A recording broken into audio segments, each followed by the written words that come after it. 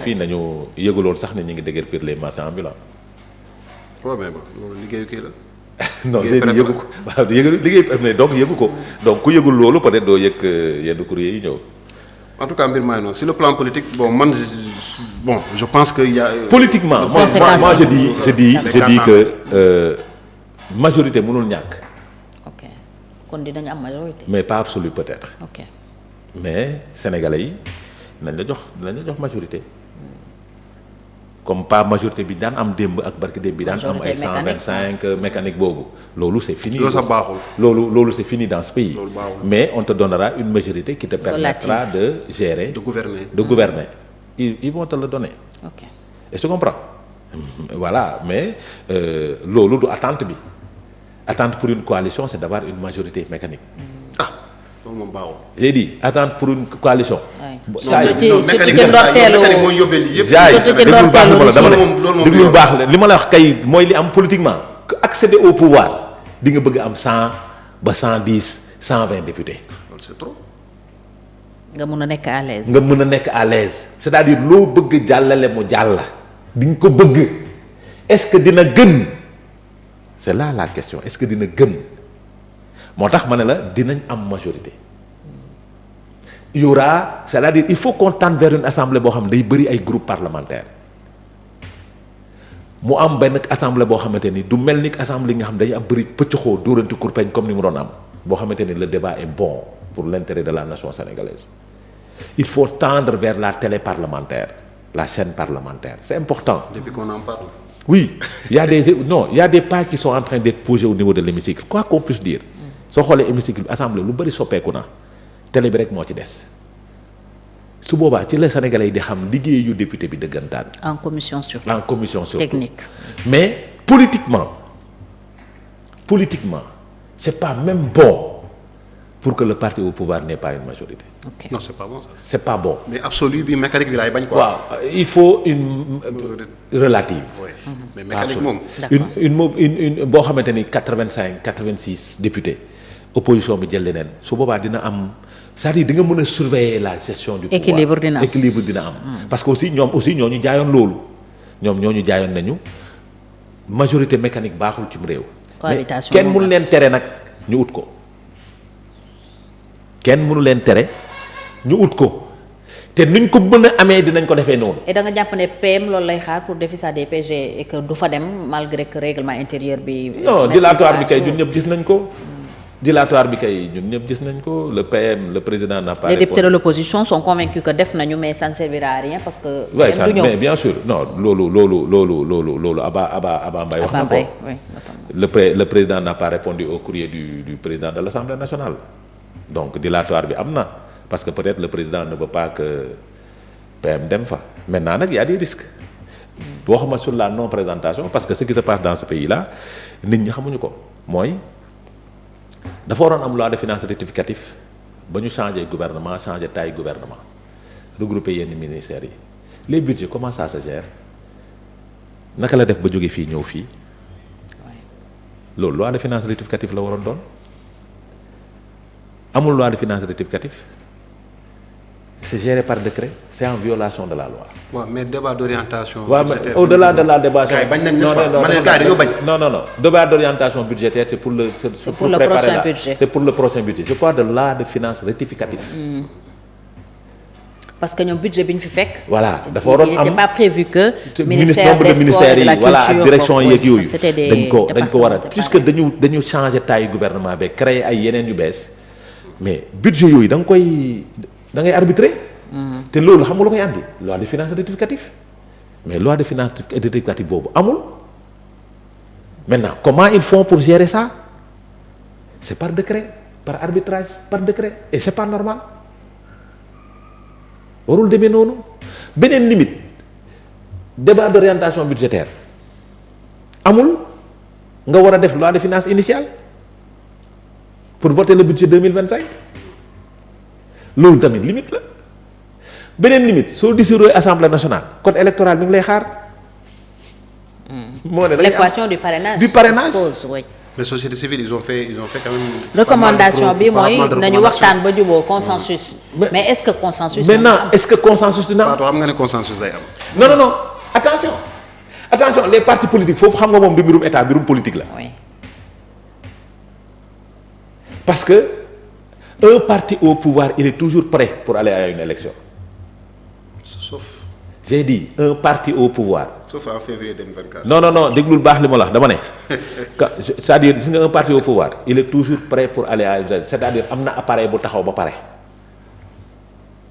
parti opposition yi ñoo parewul puisque ñoom nag ñoom nga war a waxtaanal attends dañuy def dilatoire ak yow suñu campé sur les 150 jours il y a l'impossibilité de l'organisation de l'élection ça a été source de débat au palais ou l'opportunité de la dissolution de l'Assemblée nationale c'est important limite yaa ngi noonu limite yooyu nag taxaw. mais par contre par rapport au parrainage déglu naa benn juriste Fatou on l'avait sur notre plateau hein. oui. docteur Cissé donc. Mbaye Cissé que état du Sénégal mën na sukkandiku ci décision bi nga xam CEDEAO ne CEDEAO rendroon na ko par rapport au parrainage dañ ko supprimer. oui. mën na tënku si loolu. le parrainage ne parrainage j'ai dit suñu code électoral ba léegi rectifié wuñu ko soo ko sukkandikoo mi ngi ci code électoral bi soo sukkandiku ci décision. mais par consensus mën nañ ko dindi parce que local yi amul woon parrainage. defal ndànk rek xam nga local yi déet am na parrainage. pour les membres des indépendants. oui. politique yi nañu defalul parrainage. Oui. parce que munoo dem. mais noonu sax la doon demee avant parrainage di ñëw. pas compris à ce jour. oui. ban politique. ngay ne parrainage amul ah mu ne la non dañuy dem parrainage. non defal ndànk. parce que attends parrainage yi non attends moo fi attends xam nga li ma mais li am ci local yi moo doon am avant ñuy instaurer le parrainage yi nga xam ne amuñu parti dañuy dem wuti signature population bi. man xam nga boobu man sax dama koo ŋàññ man. genre injustice en tant la woon qu'acteur quoi. bien sûr. dégguñu la woon de Adama. si je l'ai dit partout pour dire que man bugguma nangu nga ne kii day uti parrainage kii du uti parrainage. te ñoom ñëpp dafa am cadre kii dafa am cadre kenn amul cadre man d'accord ma ci loolu. c'était ça. élection la ñun ñëpp ñoo war a yem. parrainage bi suñ ciy discuter di nga gis parti yu taxaw maintenir seen temps parce que ci la ñuy mën a def l'évaluation politique la campagne électorale politique animation de la base politique. la campagne avant l'heure quoi. avant l'heure l'animation de la base loolu parti au pouvoir soxlawu ko. tu comprends moo tax c'est un problème qui est là man wax naa leen fii ne ils sont en train de préparer un référendum les textes ont déjà nangam sanga waxuma leen ko fii ils veulent surseoir ça pour aller vers les législatives c'est une erreur. parrainage bi lañ bëgg a dindi. j'ai dit ils vont enlever beaucoup de choses te li ñu bëgg dissoudre yépp mën nañ ko jaarale par voie référendaire. conseil économique ak yooyu. maintenant beneen limite. dans le budget 2024 on n'a pas prévu une élection anticipée dans le budget on n'a pas prévu une élection anticipée xaalis boobu foo koy jëlee voici des limites qui se posent pour l'organisation des élections au mois de novembre. man de gis nga li ma gëm. y a moins un problème d'argent instant bi xam nga problème bi ma gis dëgg mooy c'est un problème de délai. sinon xaalis moom. Sénégal bu ñu bëggee organiser élection. grand soo bëggee soo waree non xaalis bi dina ñëw. déglul nag xoolal même su xaalis bi ñëwee. waaw ci loi de finances rectificative lay dugg. waaw xaalis moom dina ñëw. moo dama dama élection moom même su xaalis amee xam nga su boobaa da ngay def loi de finances rectificative jëlee fii de organiser élection. ci budget ministère de l'intérieur. attention parce que c'est le ministère de l'intérieur qui organise les élections ci budget ngay jël fii pour organiser te loolu loi de finances rectificative moo koy def. te fi mu ne nii c'est impossible d'organiser une loi de finances rectificative c'est impossible vouloir organiser dans les délais une élection législative d'ici janvier 2025 c'est impossible man loolu laa gëm. sa xalaat. sama xalaat la. parce que il ne faudrait pas se presser pour se presser beneen mbir politiquement la waaye tension sociale bi baaxul ci ñoom. parce que nag lu ma leen contre bëgg naa ñu am une majorité relative loolu ci la ñuy gérer réew mi. lu ma leen contre bëgg naa ñu am 85 86 87 90 députés. lu ma leen contre pour avoir une stabilité institutionnelle. C'est ça. Parce que sinon chaque 2 ans président bi day dissoudre assemblée nationale baaxul dans un pays. Donc avec la tension sociale lii xew suñu demee élection baaxul ci ñoom moo tax le momentum en termes électoral il faut le savoir. L'autorité alpha n'est pas pressée. L'autorité bêta est très pressée. loolu mooy en langage plus clair. loolu mooy Diomaye yàkkamtiwul Sonko ma yàkkamti. waaw loolu day andi conflit parce que jàpp na ni moom l'opinion est toujours avec lui. Il se trompe. Sonko. Il se trompe. Ah oui. Il se trompe. C'est 2 405 000 voix. C'est 2 405 000 voix. soo jëlee opposition bi yëpp ñu demoon élection yëpp 385 000 voix lañ leen rawee attention Diomaye mi ngi rawoon ñi demoon élection yëpp soo defee cumul bi 385 000 voix su nekkoon élection législative dem nañ ballottage yàgg na et c'est pas bon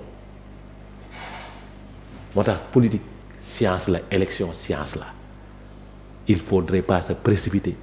Sinon di nga mbëgg mur bi te suñu mbëkkee mur bi crise institutionnelle day am tous les 2 ans. Mais est-ce que plus ñuy xaar pour dem ci ay législatives duñu courir beaucoup plus de risques pour bañ a am majorité. Ils peuvent corriger. Parce que c'est d'apprendre des erreurs et d'apporter les corrections nécessaires. Parce que la gestion du pouvoir aussi c'est ça hein. Apprendre des erreurs et apporter la correction nécessaire, c'est-à-dire apporter les corrections nécessaires pour pouvoir avoir la faveur u pronostic bi. soo ko yàkkamtee nii mbëkk mur. te soo mbëkkee mur crise institutionnelle bi te man bëgguma assemblée bi tu sais que cette assemblée là. ñoo xam ne débat d'orientation budgétaire sax amul. pas compter sur cette assemblée là pour j'ai travailler. dit. vous ne collaborez pas. j'ai dit non defal ndànk rek saa yi quand ils ont voulu collaborer ils ont collaboré waaw wala déet. kii vous c'est de l'opposition c'est de l'opposition les députés. Ensemble à l'Assemblée. ba ñu bëggee collaborer ils ont collaboré et c'est pas la première fois ñu collaborer ñoom ñetti groupe parlementaires yi. ak les non inscrits c'est pas la première fois suñ ko bëggee dañ koy def terewul xasante nañ ci biir assemblée bi ba ñuy voter ba ñuy dugal règlement intérieur bi dóorante nañ kurpeñ ba mu saf-sap parce que c'est pour les besoins des médias mais suñu bëggee collaborer dañuy collaborer pour l'intérêt supérieur de la nation sénégalaise et ça c'est un discours langage de vérité là.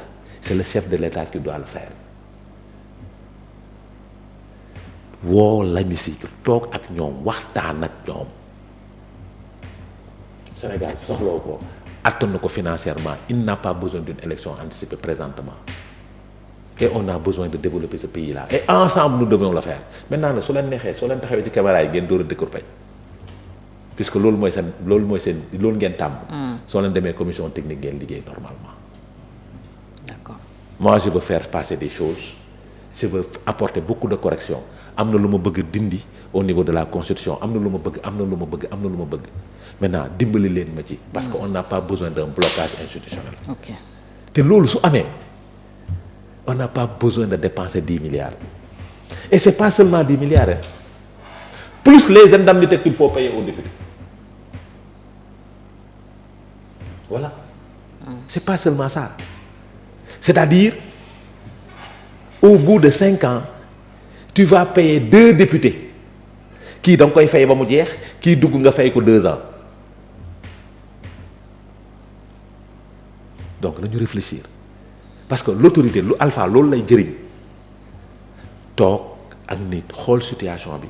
xool situation pays bi permet avec l'affaire des inondations on n'a pas besoin d'une élection d'urgence xam nga lu may def j'ai besoin de cette manne financière là je vous demande aux députés il faut voter une loi pour supprimer c'est une loi constitutionnelle. Il faut changer la constitution.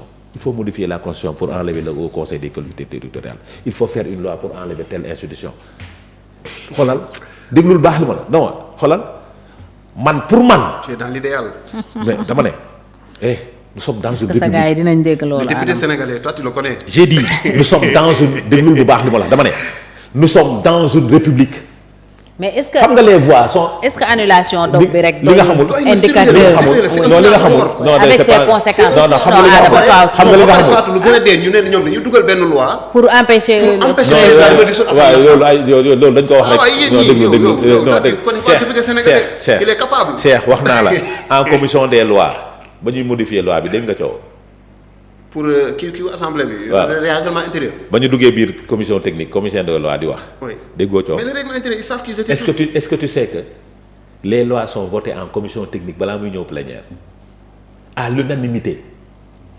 mais kan moom kaay déglul commission technique biir assemblée. waaw loi yi lépp dañ koy voté biir assemblée. biir dañ koy voté ba parce que su amul vote majorité à l'unanimité du génn du dem plénière.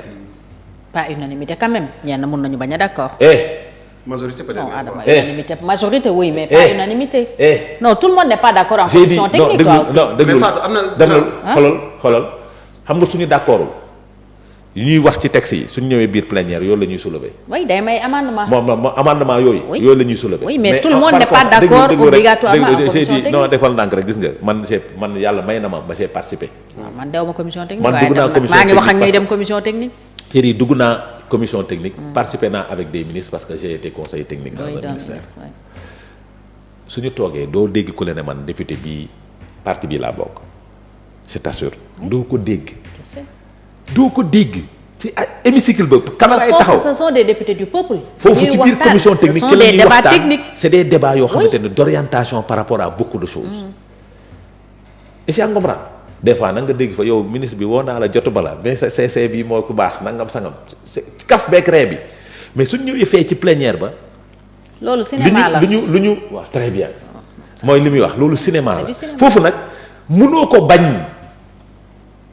mais li ñu waroon régler nañ ko en commission technique ba pare mais mënoo ko bañ ci cinéma bi moo tax ma ne la on peut régler beaucoup de choses su ko président bëggee nag